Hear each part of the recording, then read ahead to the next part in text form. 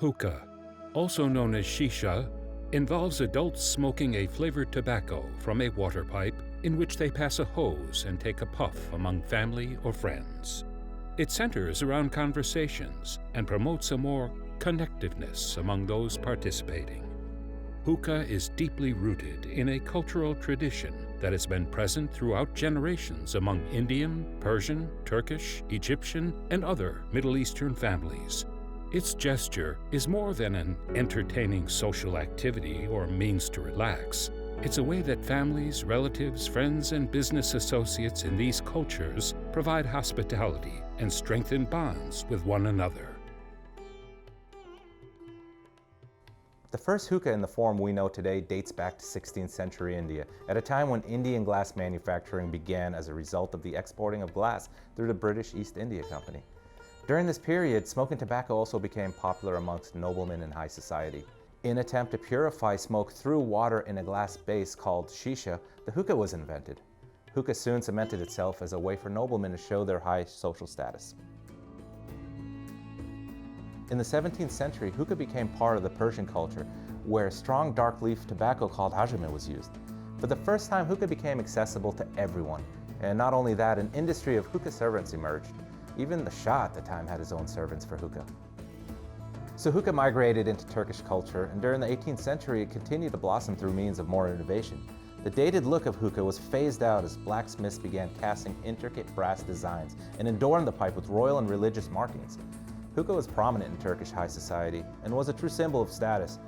It was smoked after royal dinners and even at diplomatic meetings. Offering a hookah to a guest was so important of a sign of trust that withholding it could have been a serious insult. The hookah tradition spread into the Middle East throughout the 19th century. In Egypt, traditional forms of tobacco seen prior were reformulated into ma'asal by mixing honey or molasses with the tobacco. Ma'asal translates directly as with honey. This term generally refers to flavored tobacco. Even dried fruits like lemon, grape, watermelon, and mint were eventually added. Hookah integrated into society so deeply in these parts that hookah cafes were built to house the ever-growing popularity. Hookah promoted a community amongst the patrons, uniting all classes, races, and genders alike. It was used as a way for people to relax, socialize, and strengthen bonds with one another. Hookah traditions continued to deepen in cultures throughout India, Persia, Turkey, and the Middle East, and in neighboring countries such as Israel, Armenia, and Pakistan. However, by the late 1900s, hookah has migrated to virtually every continent as immigrants of these countries brought this custom with them to share a piece of their culture with the New World. In the early 21st century, a hookah industry surfaced in the United States as early pioneers found ways to improve the quality of products using modern technology. Innovations in flavors choices beyond the traditional were also crafted to address the demands of current-day taste preference and variety.